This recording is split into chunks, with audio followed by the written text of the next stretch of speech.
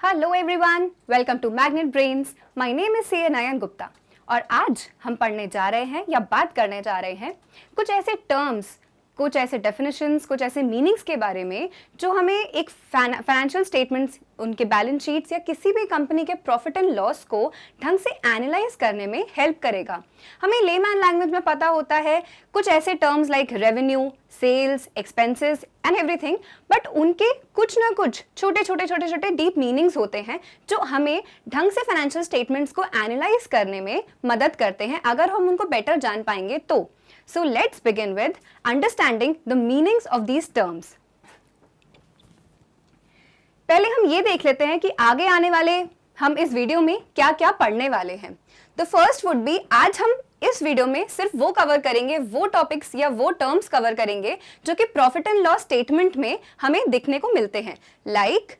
सबसे पहले हम पढ़ेंगे entity and business entity concept, कि एंटिटी क्या होता है और बिजनेस एंटिटी हम किसे कहते हैं। The next would be sales and revenue. Sales और उसका revenue का क्या मतलब होता है। The expenses and expenditure, profit and gain, loss, goods and purchases. ये सभी आपको प्रॉफिट एंड किसी भी कंपनी, सोल प्रोप्राइटरशिप या किसी भी ऐसी कोई एंटिटी है, अगर कोई भी बिजनेस एंटिटी है और वो अपने फाइनेंशियल स्टेटमेंट्स बनाती है, स्पेशली अगर अपना प्रॉफिट एंड लॉस बनाती है, तो ये सारे टर्म्स आपको वहां देखने मिल जाएंगे। हम धीरे धीरे समझते हैं कि इनका एक्चुअल मीनिंग, इनका डीप मीनिंग, इनका हिडन मीनिंग होता क्या है। Let's start with entity and the business entity concept. अब भैया एंटिटी होता क्या है? एंटिटी एक काफी कमर्शियल टर्म है। So what an entity actually is? Entity is a definite something which has a definite individual existence. Something which has a definite individual existence. ऐसा कुछ जिसका individuality है, जैसे मैं, जैसे आप, मैं एक एंटिटी, आप एक एंटिटी। ऐसे ही एक बिजनेस की सेपरेट इंडिविजुअल एग्जिस्टेंस होती है, इसलिए हम उसे कहते हैं business entity.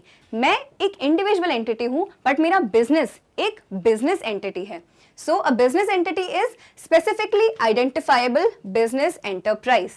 For example, Reliance. अब Reliance के काफी कुछ सेगमेंट्स हैं। First of all, Reliance एक बिजनेस है तो उसे हम कहेंगे बिजनेस एंटिटी। एंड सेकेंडली, अगर रिलायंस में काफी कुछ सेगमेंट्स हैं, रिलायंस पेट्रोकेमिकल्स, रिलायंस कम्युनिकेशंस, तो ये सारे अपने आप में बिजनेस एंटिटीज हैं।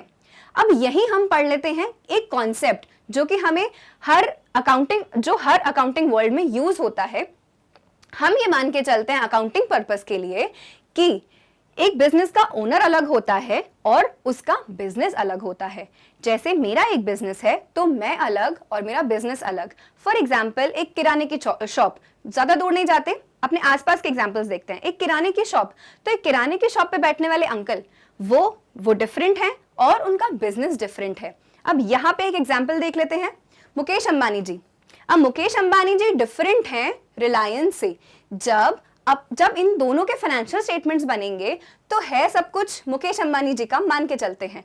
मुकेश अंबानी जी का सब कुछ होते हुए भी मुकेश अंबानी जी की balance sheet, profit and loss, उनके फाइनेंशियल स्टेटमेंट्स अलग बनेंगे और रिलायंस के सारे फाइनेंशियल स्टेटमेंट्स अलग बनेंगे। इसे हम कहते हैं business entity concept, which says business अलग और उसका मालिक अलग। ओनर्स चाहे कोई भी हो, बिजनेस की अकाउंटिंग तो अलग से होगी। ये क्लियर हुआ कि भैया बिजनेस अलग है, एंटिटी क्या हुई, बिजनेस एंटिटी क्या हुई और बिजनेस एंटिटी का कॉन्सेप्ट क्या हुआ। नेक्स्ट, सबसे इंपॉर्टेंट टर्म जिसके लिए हम बिजनेस सारा खोलते हैं, खड़ा करते हैं, काम करते हैं, and that is sales and revenue. सुनने में काफी कुछ सिमिलर टर्म्स हैं, सेल्स, रेवेन्यू, आपको हर प्रॉफिट एंड लॉस स्टेटमेंट में ये मिल जाएगा। स्टार्टिंग ही हमारी सेल से होती है। भैया पहले ये बताओ मिला कितना, बिजनेस ने कमाया कितना। तो sales are what? These are revenues from goods और सर्विसेज। अब गुड्स एंड सर्विसेज का मतलब जान लेते हैं पहले। गुड्स नॉर्मली वो सामान, कमोडिटी, एनी कमोडिटी, और सर्विस मतलब इंटेंजिबल, जो हम सर्विस प्रोवाइड करते हैं अपने कस्टमर्स को। तो इन सब की सेल से जो भी हमें मिला दैट इज सेल्स या रेवेन्यू। अब ये सेल्स और रेवेन्यू इंटरचेंजेबली यूज हो जाते हैं, but there is a slight difference between both of them. अब वो समझ लेते हैं कि ये डिफरेंस है क्या। सेल्स जनरली हम बात करते हैं यूनिट के टर्म्स में। फॉर एग्जाम्पल, अगर वीवो वीवो कंपनी है। अब हम वीवो को अगर लेके चलें तो वीवो मोबाइल बेचता है। अब उसने मान लीजिए एक साल में फॉर एग्जाम्पल 100 मोबाइल्स बेचे, तो ये 100 जो यूनिट है, ये 100 मोबाइल्स जो हुए वो होंगे उसकी sales of Vivo mobiles is 100 units. अब ये 100 यूनिट्स उसने मान लीजिए, अभी हम सिंपलिस्टिक लेके चलते हैं, उसने 100 रुपए में बेचे, है बहुत सस्ता, अनरियलिस्टिक है, बट अभी मैथमेटिक्स के लिए मान के चलते हैं।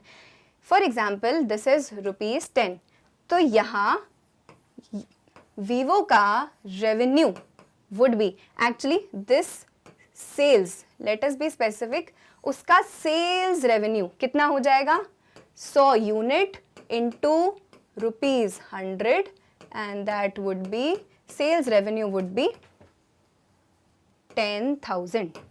अब काफी जल्दी हो गया क्या, सेल्स हुए यूनिट्स, मतलब 100 मोबाइल, कितने यूनिट प्राइस कितना था उसका, 100 रुपए का एक मोबाइल, तो टोटल सेल्स रेवेन्यू कितना हुआ, टोटल सेल्स रेवेन्यू हुआ 100 इंटू 100 दैट इज 10,000। तो ये हुआ टोटल सेल्स रेवेन्यू।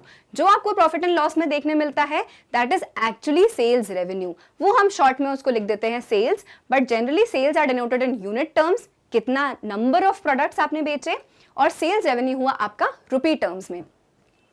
अब कमिंग बैक टू, यहां पे लिखा है revenues are a broader term.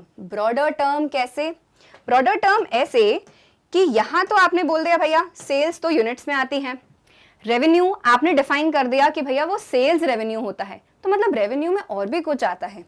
तो actually revenue is equal to sales का रेवेन्यू जो हमने 10,000 रुपए कमाया था, एंड अदर रेवेन्यूज भी आते हैं रेवेन्यूज में, sales revenue plus other revenues. तो अगर हम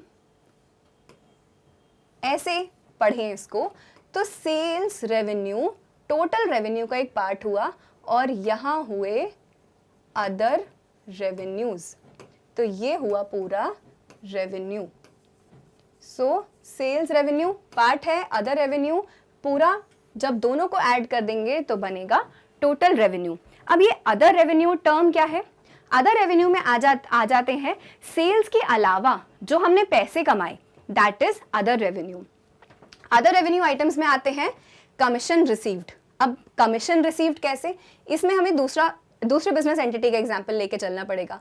commission received, commission actually is nothing but कि हम एक एजेंट है, हम एक कमीशन एजेंट है, हमारे पास कुछ गुड्स नहीं है, किसी और बिजनेस एंटिटी के पास कुछ गुड्स हैं, वो बिजनेस एंटिटी हमारे पास आई कि आप हमारे गुड्स बेचने में हमारी हेल्प करिए, तो हम क्या करते हैं, हमारे गुड्स नहीं है बट हम उस बिजनेस एंटिटी के गुड्स को किसी और बिजनेस एंटिटी को बेचने की कोशिश करते हैं।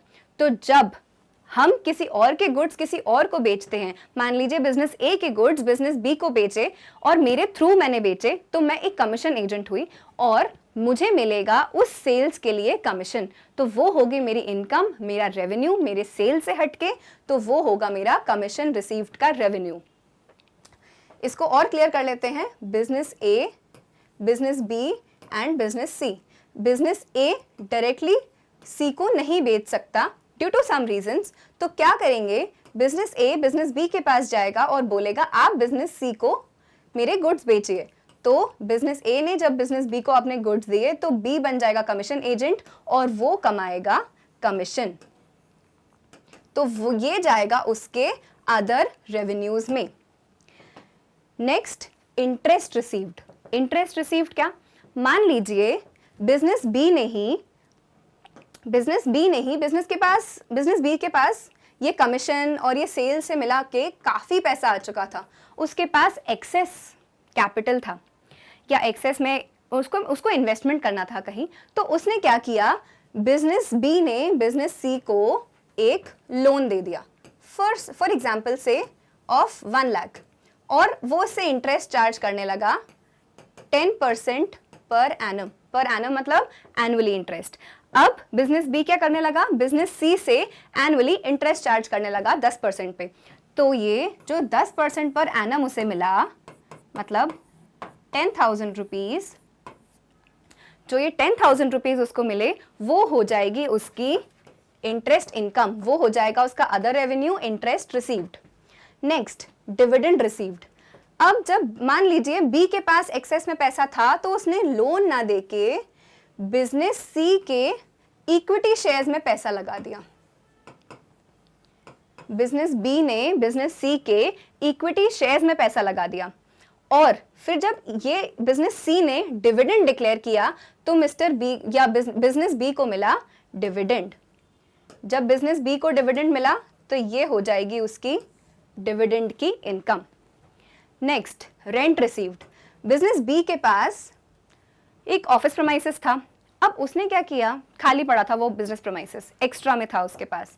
बिजनेस सी को, बेचारा सी लेनदार भी है, सब कुछ है, तो अब बिजनेस सी ने क्या किया, बिजनेस बी के पास गया और उसका ऑफिस प्रेमाइसेस रेंट पे ले लिया। तो बिजनेस सी बिजनेस बी को क्या पे करेगा, रेंट पे करेगा। तो ये बिजनेस बी के लिए हो जाएगी उसकी rental income. Next royalty received. Royalty क्या होता है, ये थोड़ा इन सब से डिफरेंट होता है। हमने कमीशन समझ लिया, इंटरेस्ट समझ लिया, डिविडेंड समझ लिया, रेंट समझ लिया। अब रॉयल्टी क्या होता है, रॉयल्टी इज एक्चुअली, मान लीजिए जब आप अपनी राइट्स टू पब्लिश या to do something with your creation जब आप किसी और को देते हैं तो आपको मिलती है royalty. For example business B ही लेके चलते हैं। बिजनेस बी एक पब्लिशर है, तो उसने बिजनेस बी एक ऑथर है, तो उसने क्या किया, एक बुक बढ़िया तरीके से लिखी। अब वो बुक्स बेच नहीं पा रहा था, उसने लिख तो दी। अब मान लीजिए सी था एक पब्लिशर, तो बिजनेस बी गया सी के पास कि आप मेरी बुक पब्लिश करके आप बेच दीजिए और उससे जो भी रेवेन्यू आएगा उसका कुछ परसेंट मुझे रॉयल्टी के तौर पे दीजिएगा। तो वो हुआ बी का रॉयल्टी इनकम। तो जो बुक से सेल्स होंगी वो तो जाएंगी सी के पास क्योंकि बी ने राइट दे दिया सी को, लेकिन जो भी सेल्स होंगी उसका 10% या जो भी फिक्स होता है, जो भी रेट फिक्स होता है, अगर वो परसेंट जाता है बी के पास तो उसे कहते हैं हम रॉयल्टी की इनकम। सो अदर रेवेन्यूज में क्या क्या आ गया, अदर रेवेन्यूज में आ गया कमीशन, इंटरेस्ट, डिविडेंड, रेंट और रॉयल्टी। सो हमारी ये इक्वेशन अब बन जाती है revenue is equal to sales revenue plus other revenue. Sales revenue मतलब वही जो हमने गुड्स या सर्विसेज बेच के कमाए और अदर रेवेन्यू में आ जाते हैं ये सब कुछ। तो ये हो गया हमारा रेवेन्यू और सेल्स साइड का। नेक्स्ट आ जाते हैं एक्सपेंसेस पे। सेल्स पढ़ लिया, रेवेन्यू पढ़ लिया, कमाई की बातें कर ली, अब जरा खर्चे की बात कर लें। कमाई तभी होती है जब थोड़े खर्चे करने पड़ते हैं। अब खर्चे का मतलब एक्सपेंसेस, हम ये तो जानते थे स्टार्टिंग से कि एक्सपेंसेस का शब्दार्थ होता है खर्चे। अब जरा उसकी डेप्थ में जाते हैं कि वो खर्चे होते क्या क्या हैं। So there are two terms जो आपको मिलेंगे यहाँ पे, एक्सपेंसेस एंड एक्सपेंडिचर। पढ़ने में अंग्रेजी का अगर इसका मतलब निकाला जाए, expenses and expenditure are actually interchangeable terms, but अभी से समझा दिया जाए, अगर ये आपके एक्सपेंसेस हैं, अगर ये दुनिया आपकी एक्सपेंसेस है तो इससे बड़ी दुनिया है एक्सपेंडिचर। अब इसका मतलब क्या हुआ, expenditure is a broader term than expenses, right. Expenditure is a broader term than expenses. Expenses में कुछ आइटम्स आते हैं, एक्सपेंडिचर में एक्सपेंसेस भी आते हैं और कुछ अदर आइटम्स भी आते हैं। अब उन्हें जरा ध्यान से देख लें। Actually what are expenses, cost incurred by business in the process of earning revenue. Revenue कमाने के प्रोसेस में हमने जो खर्चे किए, दोज आर एक्सपेंसेस या एक्सपेंडिचर। वो कॉस्ट जो कि रेवेन्यू कमाने के बीच में हमने करी। अब सबसे पहले समझ लेते हैं एक्सपेंसेस, जो एक नैरोअर टर्म है, जो एक छोटा टर्म है, उसे हम समझ लेते हैं कि यार एक्सपेंसेस क्या होते हैं। Expenses are actually examples, rent paid, wages, salaries, interest, other operating expenses और डेप्रिसिएशन। अब ये आइटम्स आपको प्रॉफिट एंड लॉस स्टेटमेंट जब आप किसी का भी देखेंगे, किसी भी एंटिटी का, तो ये आपको खर्चे दिख जाएंगे। अब इनका मतलब समझते हैं। रेंट पेड, वही अपना पुराना एग्जाम्पल कंटिन्यू करते हैं, entity A, entity B and entity C. अब रेंट पेड, बी के पास याद कीजिए पिछली स्लाइड में एक्स्ट्रा एक बिल्डिंग थी जो उसने सी को दी थी और सी बी को रेंट पे करता था, सी बी को रेंट पे करता था। C was paying rent to B, so rent paid, यहाँ हमने देखा था बी की इनकम हो रही थी, B was earning an income, rental income, so वो खर्चा हो जाएगा सी के लिए, रेंट का एक्सपेंस। एक के लिए इनकम, एक के लिए खर्चा, रेंटल एक्सपेंस हो जाएगा सी का, रेंटल इनकम होगी बी की। यहाँ सी अपने प्रॉफिट एंड लॉस में दिखाएगा रेंट के एक्सपेंसेस। वहां हम बात कर रहे थे बी के टर्म्स में, यहाँ हम समझ लेते हैं सी के टर्म्स में सब कुछ। वहां हम लोग देख रहे थे कि बी ने बिल्डिंग दी थी, बी ने इसको लोन दिया था, तो वो इंटरेस्ट इनकम मिल रही थी उसको। हम समझते हैं अब सब कुछ सी के टर्म्स में। Next, wages. अब बिजनेस सी के लिए वेजेस का एक्सपेंसेस क्या क्या होगा। अभी हमने देखा कि सी के लिए हमने रेंट पेड का एक्सपेंस देख लिया। अब हम देख लेते हैं कि वेजेस क्या होते हैं। वेजेस वो कॉस्ट होती हैं या वो एक्सपेंसेस होते हैं जो हम लेबरर को पे करते हैं या कैजुअल वर्कर्स को पे करते हैं, जो हमारा फिनिश्ड गुड बनाने में मदद करते हैं।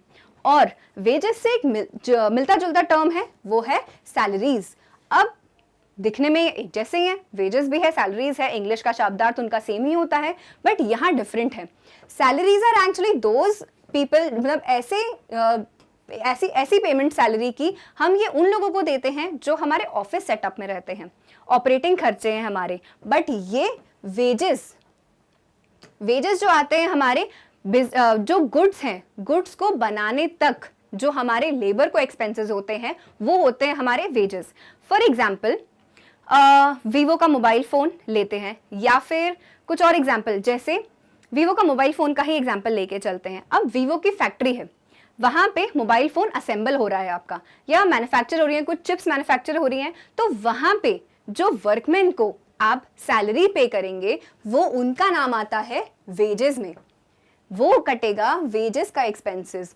और जो वीवो का बैकएंड ऑफिस है, कस्टमर सपोर्ट है, या जो उसके टेक्निकल एनालिसिस वाले लोग हैं, या जो डिजाइनर्स हैं उसके, ये सब लेते हैं salaries and not wages.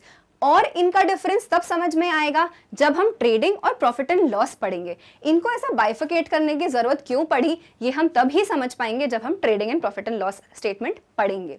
Next आ जाते हैं इंटरेस्ट पे। इंटरेस्ट वही एक्सेस पैसा था बी के पास, बी ने उधार पे दिया सी को दिया था लोन, सी पे कर रहा था 10% का इंटरेस्ट, तो सी के लिए वो हो जाएगी इंटरेस्ट की एक्सपेंसेस।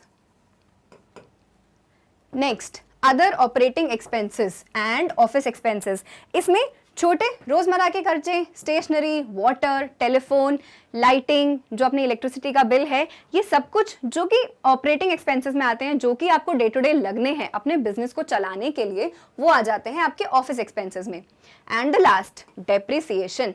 ये हम तब पढ़ेंगे जब हम पढ़ लेंगे एसेट्स अपनी बैलेंस शीट से। डेप्रिसिएशन अभी के लिए शॉर्ट में बता दिया जाए तो डेप्रिसिएशन वो होता है जब हम एक एसेट खरीदते हैं, फिक्स्ड एसेट।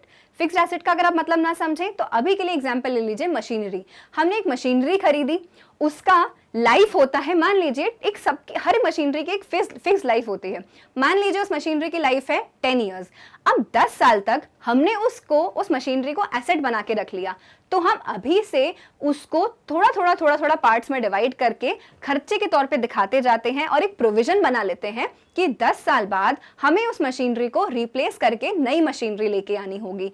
उसे हम कहते हैं, उस खर्चे को हम कहते हैं डेप्रिसिएशन। जो हम पार्ट पार्ट में 10 साल तक दिखाएंगे अपने प्रॉफिट एंड लॉस में, उसे हम कहते हैं डेप्रिसिएशन।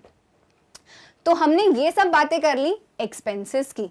एक्सपेंसेस मतलब खर्चे जो हमने इनकम को कमाने के लिए किए। अब आगे बढ़ते हैं और समझते हैं एक्सपेंडिचर। अरे भैया, ये तो इतना बड़ा चार्ट, और एक्सपेंसेस और एक्सपेंडिचर के बीच का डिफरेंस समझ लेते हैं। अब एक्चुअली एक्सपेंडिचर जो टर्म है, दैट इंक्लूड्स योर एक्सपेंसेस, ये हमने पहले ही पढ़ लिया। अब एक्सपेंडिचर को हम अगर 2 पार्ट में डिवाइड करें तो एक होता है कैपिटल एक्सपेंडिचर और एक होता है रेवेन्यू एक्सपेंडिचर। अब कैपिटल शब्दार्थ अलग है, रेवेन्यू का शब्दार्थ अलग है। रेवेन्यू हमने पढ़ा था कि जो कमाई होती है वो तो रेवेन्यू होता है, बट यहाँ नहीं, रेवेन्यू एक्सपेंसेस की बात कर रहे हैं हम, रेवेन्यू एक्सपेंडिचर की बात कर रहे हैं हम यहाँ पे, तो that is different from your revenue. यहाँ हम पढ़ रहे हैं revenue expenditure, and your revenue expenditure is equivalent to your expenses. जो हमने एक्सपेंसेस पिछली स्लाइड में पढ़े वो उन्हें हम कहते हैं रेवेन्यू एक्सपेंडिचर। हमने क्या क्या पढ़ा था? Interest cost, salary, wages, telephone खर्चे, ऑपरेटिंग एक्सपेंसेस, डेप्रिसिएशन, ये सब आ जाता है आपका रेवेन्यू एक्सपेंडिचर में। और फिर कैपिटल में क्या आता है? Capital expenditure is that expenditure, ऐसा खर्चा जिसका बेनिफिट हमें 1 साल से ज्यादा के लिए मिलेगा, वो खर्चा हो जाता है हमारा कैपिटल एक्सपेंडिचर। तो एक्सपेंस क्या हुआ? एक्सपेंस वो हुआ या रेवेन्यू एक्सपेंडिचर वो हुआ जिनका बेनिफिट हमें मिलता है 1 साल से अंदर तक के लिए। अब इसे समझते हैं। हमने जब वेजेस पे करा, सैलरीज पे करी, तो हमारे वर्कर हम 1-1 महीने की सैलरी पे कर रहे हैं, तो जितना महीने हमने काम लिया उतना हमने सैलरी पे कर दिया। तो जो हमने सैलरी पेमेंट किया उसका बेनिफिट क्या था? 1 महीने का। टेलीफोन का बिल पे किया, उसका बेनिफिट कितना? 1 महीने का। तो जहां भी बेनिफिट 1 साल से कम का मिल रहा है वो सारे खर्चे आ जाते हैं हमारे एक्सपेंसेस या रेवेन्यू एक्सपेंडिचर में।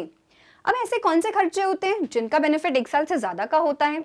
ऐसे वो खर्चे होते हैं, उनका एग्जाम्पल है purchase of machinery, purchase of furniture. ऐसे बड़े खर्चे जो कि कभी कभार हम करते हैं, रेगुलरली नहीं करते। फर्नीचर हम रेगुलरली नहीं खरीदते, मशीनरी हम रेगुलरली नहीं खरीदते। ऐसे खर्चे जो हम रोजमर्रा नहीं करते, रेकरिंग नहीं होते, बट बड़े होते हैं और हमें फायदा देते हैं 1 साल से ज्यादा का, वो होते हैं कैपिटल एक्सपेंडिचर। अब एक छोटा सा डिफरेंस और, कैपिटल एक्सपेंडिचर ऐसे खर्चे हो जाते हैं जो ट्रीट होते हैं एज एन असेट। ये आपको क्लियर तब होगा जब हम बैलेंस शीट पढ़ेंगे, बैलेंस शीट में असेट का मतलब समझेंगे। बट अभी के लिए हम ये समझ सकते हैं कि कैपिटल एक्सपेंडिचर जो है वो बन जाते हैं हमारे असेट, और जो हमारे रेवेन्यू एक्सपेंडिचर हैं, जो एग्जाम्पल्स हैं हमारा सैलरीज, वेजेस, रेंट, वो हमारे असेट नहीं होते, वो हमारे रोजमर्रा के रेकरिंग एक्सपेंसेस होते हैं। थोड़ा और इसको डिटेल में जानते हैं, इसके डिफरेंसेस समझते हैं, बेसिक और क्या क्या डिफरेंसेस हैं।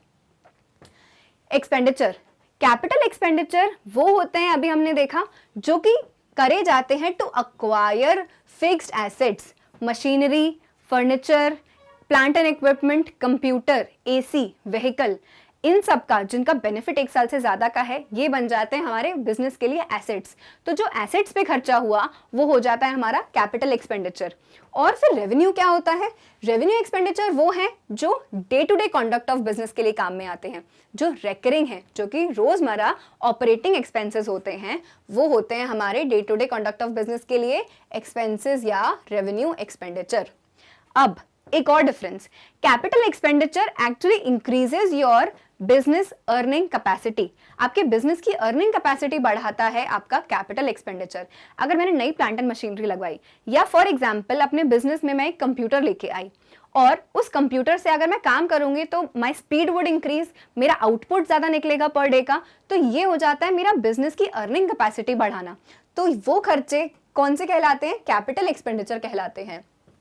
और अगर मैं किसी को सैलरी या वेजेस पे कर रही हूँ तो मैं अपनी कैपेसिटी, बिजनेस की इनकम कैपेसिटी नहीं बढ़ा रही, बल्कि उसको मेंटेन करके चल रही हूँ। तो ऐसे खर्चे हो जाएंगे मेरे रेवेन्यू एक्सपेंडिचर। अब सबसे बड़ा बेसिक डिफरेंस, हमने इतना सब कुछ पढ़ा क्यों? एक्सपेंडिचर को रेवेन्यू और कैपिटल में बांटने की जरूरत थी क्या आखिरकार? सही तो था, एक्सपेंस एक्सपेंडिचर ऑब्लिक करके लिखते, इक्वल टू करते, कुछ जरूरत ही नहीं थी कुछ करने की। इतना सब कुछ किया क्यों? वो इसलिए किया क्योंकि कैपिटल एक्सपेंडिचर जो है वो जाता है हमारा बैलेंस शीट में। अच्छा, इसीलिए बाइफरकेट किया था उन्हें। यस, इसीलिए बाइफरकेट किया गया था कि हमारा कैपिटल एक्सपेंडिचर जो है वो जाता है हमारी बैलेंस शीट में, और हमारा जो रेवेन्यू एक्सपेंडिचर है या एक्सपेंसेस हैं वो फिर जाएंगे प्रॉफिट एंड लॉस स्टेटमेंट में, पीएनएल में। प्रॉफिट एंड लॉस स्टेटमेंट में जाते हैं हमारे एक्सपेंसेस या हमारे खर्चे, रेवेन्यू एक्सपेंडिचर, और बैलेंस शीट में जाते हैं हमारे कैपिटल एक्सपेंडिचर। इसलिए जो भी एसेट्स हैं वो हम रिकॉर्ड करते हैं बैलेंस शीट में, और जो भी हमारे खर्चे हैं वो हम दिखाते हैं अपने प्रॉफिट एंड लॉस में। अब क्लियर हुआ what is expense, what is expenditure? हमने पढ़ लिया, स्टार्टिंग से अगर रिवाइज करें, हमने पढ़ लिया एंटिटी, हमने पढ़ लिया बिजनेस एंटिटी, हमने पढ़ लिया एंटिटी कमाएगी कैसे, सेल्स, सेल्स का रेवेन्यू और अदर रेवेन्यू आइटम्स। फिर हमने पढ़ लिया एक्सपेंसेस, खर्चे, एक्सपेंडिचर, कैपिटल खर्चे, कैपिटल खर्चे जाएंगे असेट में या बैलेंस शीट में, रेवेन्यू एक्सपेंडिचर जाएगा हमारा एक्सपेंस प्रॉफिट एंड लॉस में। तो इतना सब कुछ आज हमने पढ़ लिया। स्टिल प्रॉफिट एंड लॉस में ऐसे बहुत और आइटम्स हैं जो हमें समझने हैं, जो मुझे एक्सप्लेन करने हैं। So I will make an other video जिसमें हम प्रॉफिट एंड लॉस के जो बचे हुए हैं, जैसे परचेजेस, गुड्स, लॉस, प्रॉफिट, जो एक्चुअल हम कैलकुलेट करते हैं प्रॉफिट एंड लॉस में, प्रॉफिट और लॉस, अभी ये पढ़ना हमें बाकी है। So I will meet you with another video profit and loss के साथ, जो आइटम्स हैं हम उसको एक्सप्लेन करेंगे। Thank you so much for watching this video. I hope आपको ये सब समझ में आया होगा। See you with the next video. Thank you, bye bye.